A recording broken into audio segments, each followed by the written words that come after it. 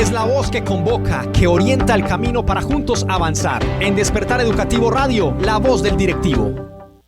Continuamos en Despertar Educativo Radio y la voz que convoca es la voz del directivo Jesús Alejandro Villa, que nos trae también un interesante informe con relación a la actualidad nacional. Escuchemos. Un fraternal saludo, compañeros y compañeras. Hoy en el programa Despertar Educativo Radio quiero abordar o hacer referencia a tres temas muy importantes que en conjunto se han constituido y se vienen constituyendo en elementos que afectan los derechos de los trabajadores, del magisterio como trabajadores, pero también de la comunidad educativa.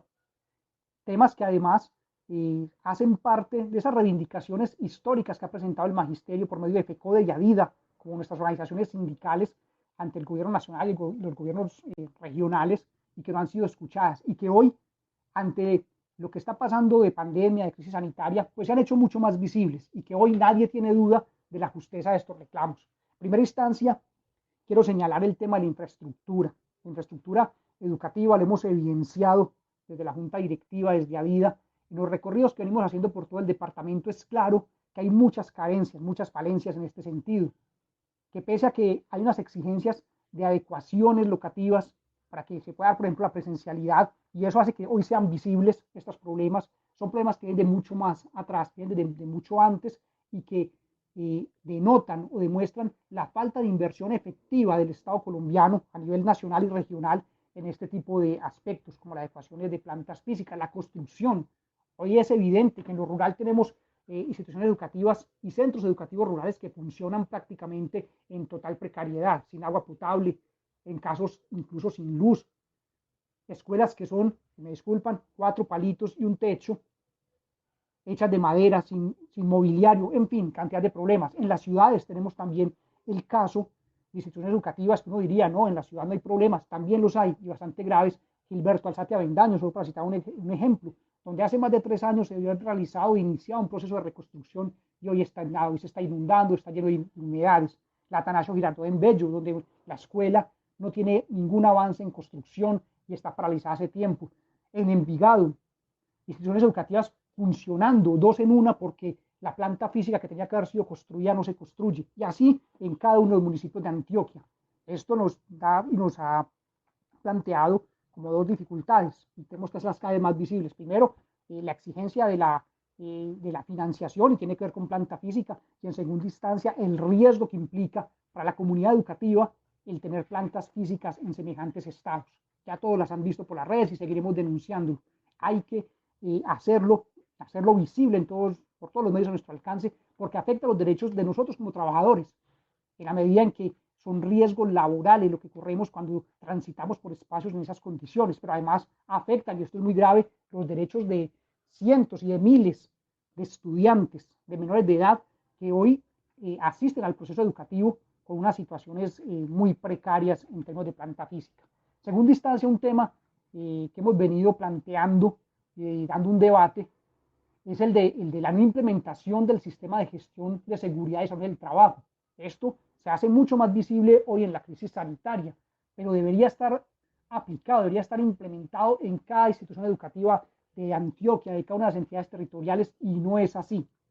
Y se hace más grave cuando sabemos que estamos en un contexto de crisis sanitaria donde precisamente el sistema de salud, de gestión, salud y seguridad del trabajo debería estar observando, identificando cuáles son los factores de riesgo.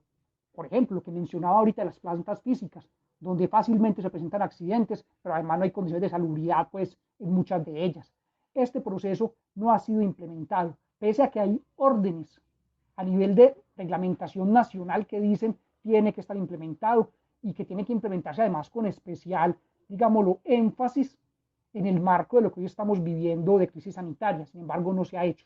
En este respecto, presenté ante las diferentes entidades territoriales del departamento unos derechos de petición. Las respuestas son variadas y también los niveles de desarrollo de este sistema de gestión son diferentes. Hay entidades territoriales donde, digamos, hay muy precarios, hay que decirlo, avances, y hay otras en que observamos que son nulos, ¿cierto? Nosotros como ADIA, en los diferentes pliegos de peticiones, incluimos un capítulo sobre este tema, que es fundamental.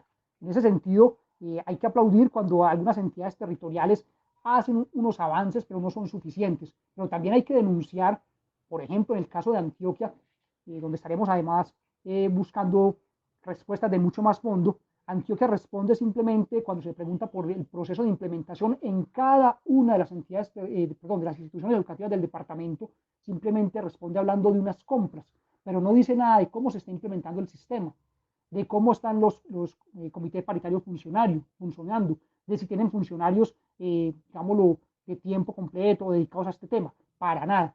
Simplemente unas respuestas evasivas donde hablan de que compramos X cantidad de millones en materiales, pero es que un sistema de gestión en seguridad de salud del trabajo no es unas compras, es eso, es un sistema que implica unos procedimientos, unas inversiones, unas intervenciones y unos profesionales que estén allí, digámoslo, aportando y trabajando en este aspecto. Antioquia no lo tiene, como les digo, nos responde con evasivas, estaremos procediendo a buscar respuestas de fondo y obviamente con estas, donde evidentemente la respuesta tendrá que ser demostrar la precariedad de esta implementación, tendremos o haremos las acciones necesarias ante las autoridades competentes sobre el tema, porque esta exigencia hay que mantenerla.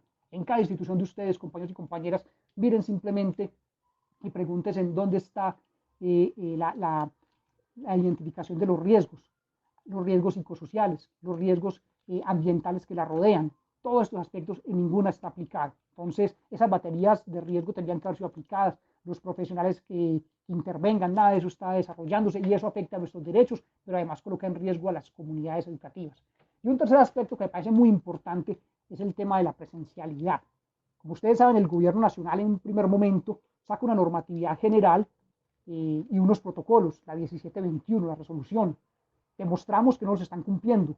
Y en vez de dar solución a los problemas, a las falencias en términos de protocolos, lo que hacen es modificar el marco normativo para decir, no, ya eso no son los protocolos, son estos poquitos y todo el mundo para las aulas. Gravísima situación. Por fortuna, a nivel de la discusión nacional entre FECODE y el Ministerio, se logran unos acuerdos y se logra que al fin, de forma explícita, y ya eso se ha expresado no solo en el acuerdo parcial firmado, sino también en un documento del Ministerio, el Ministerio acepte unas condiciones para la presencialidad. O sea, no simplemente presencialidad porque sí, sino con unas condiciones, cuando nunca habían querido aceptar eso e incluso habían llegado a decir que la presencialidad tenía que ser total y sin ninguna condición en la práctica. Obviamente ellos lo disfrazaban con otro discurso. ¿Cuáles son estas condiciones para que las tomemos en cuenta, compañeros y compañeras, y que hagamos respetarlas en nuestras instituciones educativas, en nuestros centros educativos rurales? Porque ya están expresas, como lo decía, en un acuerdo firmado, ya lo hemos dado a conocer por las redes sociales, por diferentes medios de comunicación de nuestra organización, pero también se han expresado en una circular del Ministerio. Primera instancia, cuando la capacidad instalada, ¿cierto?, de la aula no permita garantizar 1 metro de distanciamiento. Esto es sencillo. O sea, si el espacio no es suficiente, allí no podría estarse aplicando la presencialidad total como pretende el gobierno, porque no hay la posibilidad de ese espacio de distanciamiento entre quienes hacemos parte de la comunidad educativa en el aula, en los espacios pues, de la institución. Ese es un primer aspecto que hay que tomar en cuenta. En ese sentido, estos grupos que pretenden algunas instituciones poner a funcionar 40 estudiantes en una aula pequeña, donde evidentemente están totalmente hacinados, y ojo, ese hacinamiento hoy se hace visible por la pandemia, pero ese hacinamiento ha sido un problema en toda la historia educativa, que además tenemos que seguirlo rechazando y seguir exigiendo unas relaciones técnicas diferentes que posibiliten superar eso, más allá de la pandemia. Pero hoy que es un momento coyuntural, mucho más énfasis tenemos que hacer en esto. En segunda instancia, cuando la entidad territorial, ojo con esto, la entidad territorial o la institución educativa tenga una situación epidemiológica, digámoslo, especial, allí se puede suspender, ¿cierto? La presencialidad para dar, pues, digámoslo, solución a esa situación o dar trámite a esa situación especial. Ya que nos referimos y cómo tenemos que entender esto, compañeros, cuando se refiere a entidad territorial, por ejemplo, el tema de ocupación de UCIs, sería allí un brote grande, una situación, digámoslo, de crecimiento muy fuerte en una entidad territorial de los brotes, tendría que ser, y eso es un aspecto que tiene que ver con toda la entidad territorial. La suspensión en ese caso tendría que darse a nivel de la entidad territorial, pese a que hoy las entidades territoriales son muy resistentes a esto. Sabemos que, por ejemplo, en Antioquia está sobre el 90% la ocupación de las UCIs y, sin embargo, continúan planteando la continuidad, pues, y verde Antioquia, porque abarca todas las entidades territoriales que la componen, Medellín, Envigado, Bello, y está sobre el 90%. Y un segundo aspecto de estas situaciones epidemiológicas especiales es al interior de cada institución educativa. Compañeros, tienen que reivindicarlo y hay que eso respetar. Se tienen que activar los protocolos, hacer las denuncias y las alertas ante las autoridades de salud del municipio y de educación. No puede ser que se presente un brote, que es el término que se plantea, un brote en la institución educativa, en un grupo, en dos grupos, en tres grupos, y simplemente se aísla al estudiante cuando estuvo en contacto con cantidad de otros compañeros y maestros. Allí tenemos que activar las redes, las rutas de atención, porque es muy grave y ya vemos lo que está pasando en varios lugares. Esto tiene que llamarnos a todos a exigir en cada institución que el rector, como representante legal, active esta ruta de atención. No es simplemente, sí, nos enteramos que un estudiante de pronto, bueno, y se quedó en la casa, ¿por qué no vino? ¿Por qué no vino a estudiar? Porque tiene coronavirus. Bueno, ¿y qué pasó? ¿Cuál fue el cerco epidemiológico en la institución? ¿Con quién estuvo en contacto? Eso tenemos que seguirlo planteando y reivindicando. En tercera instancia, cuando la entidad territorial certificada identifique sedes que no cumplen con protocolos, tendrá pues que hacer los procedimientos de suspensión, pero al mismo tiempo todas las acciones en términos de presupuesto, inversión, para poder superar esa dificultad. Esto es muy clave. Recordemos, lo decíamos desde hace ya un tiempo, como en algún momento en una reunión la secretaria de Educación de Antioquia decía, no tenemos recursos para contratar personal de aseo, no tenemos recursos para adecuaciones locativas, esto alcanza solo hasta aquí, y de malas, la alternancia va, en ese momento hablamos de alternancia.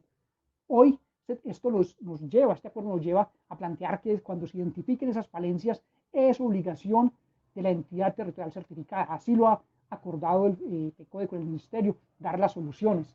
Por eso no podemos quedarnos callados y tenemos que seguir denunciando, informando, por los medios formales obviamente, pero también visibilizando por otros medios de comunicación, porque a veces nos escuchan cuando logramos visibilizar.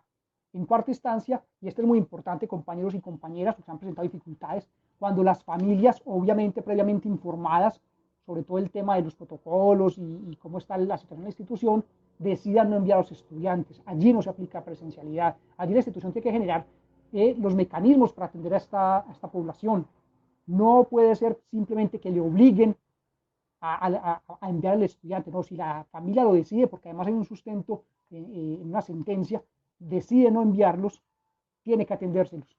Pero ojo, compañeros y compañeras, que no se puede caer en ciertos abusos que ya hemos observado en algunos lugares donde pretenden que estén los docentes todo el tiempo en la institución atendiendo a los estudiantes presenciales y luego prácticamente doblando jornada, ¿cierto? Doblando jornada en la práctica con estudiantes virtuales o por medio de guías. No, todo eso tiene que ser parte de una estrategia que logre vincular los dos aspectos, generar tiempos dentro de la jornada laboral para las dos cosas y no saturar ni al maestro ni a los estudiantes y mucho menos vulnerar nuestra jornada laboral y generar pues unos aspectos de sobrecarga, digámoslo, fuertes frente al maestro. No, hay que respetar nuestros derechos como trabajadores, hay que hacerlos valer, compañeros. Y un quinto aspecto, este es importante, sobre este hay muchas dudas, cuando no se haya cumplido con el esquema completo de vacunación, ¿cierto? Para el docente. Esquema completo en las 2 dosis en los casos en que la vacuna como tal exija 2 dosis. En este sentido, se mantendría el trabajo desde casa de estos maestros.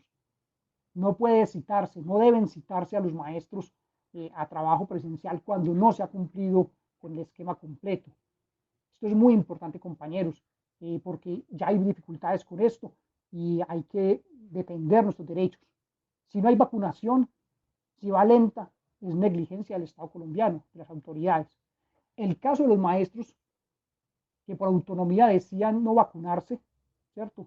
Independiente de si tienen edad o comorbilidad, ¿cierto? Allí tienen que hacer unas estrategias de retorno a las actividades de manera presencial y en ellas se incluirán estos maestros, ¿cierto? Que por decisión no lo hagan. Pero para todos los maestros, y esto lo versa el acuerdo, que no sean vacunados porque el proceso de vacunación va lento o lo que nos represente cualquier tipo de dificultad dentro de ese proceso que es responsabilidad del Estado, no habrá presencialidad, porque es una de las excepciones que aparecen en este acuerdo, lo dice directamente, cuando no se haya cumplido el esquema completo de vacunación. Entonces, compañeros y compañeras, vemos que tenemos 3 aspectos que nos afectan lo laboral y por los cuales tenemos que seguirlos, digámoslo, movilizando, tenemos que seguir planteando los debates. Desde la organización sindical hemos hecho y seguimos haciendo las acciones que correspondan sobre estos temas.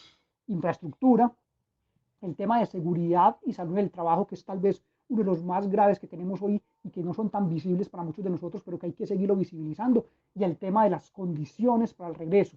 Esas excepciones, esas 5 excepciones que logra FECODE sacarle al gobierno, que el gobierno quería ninguna excepción, entonces cuando tal cosa, entonces no, ¿cierto? Ahí ya las mencioné ahorita, igual todos pueden revisar la circular del ministerio y el texto del acuerdo. Bueno, compañeros y compañeras, que tengan todos un feliz día y hasta una próxima ocasión.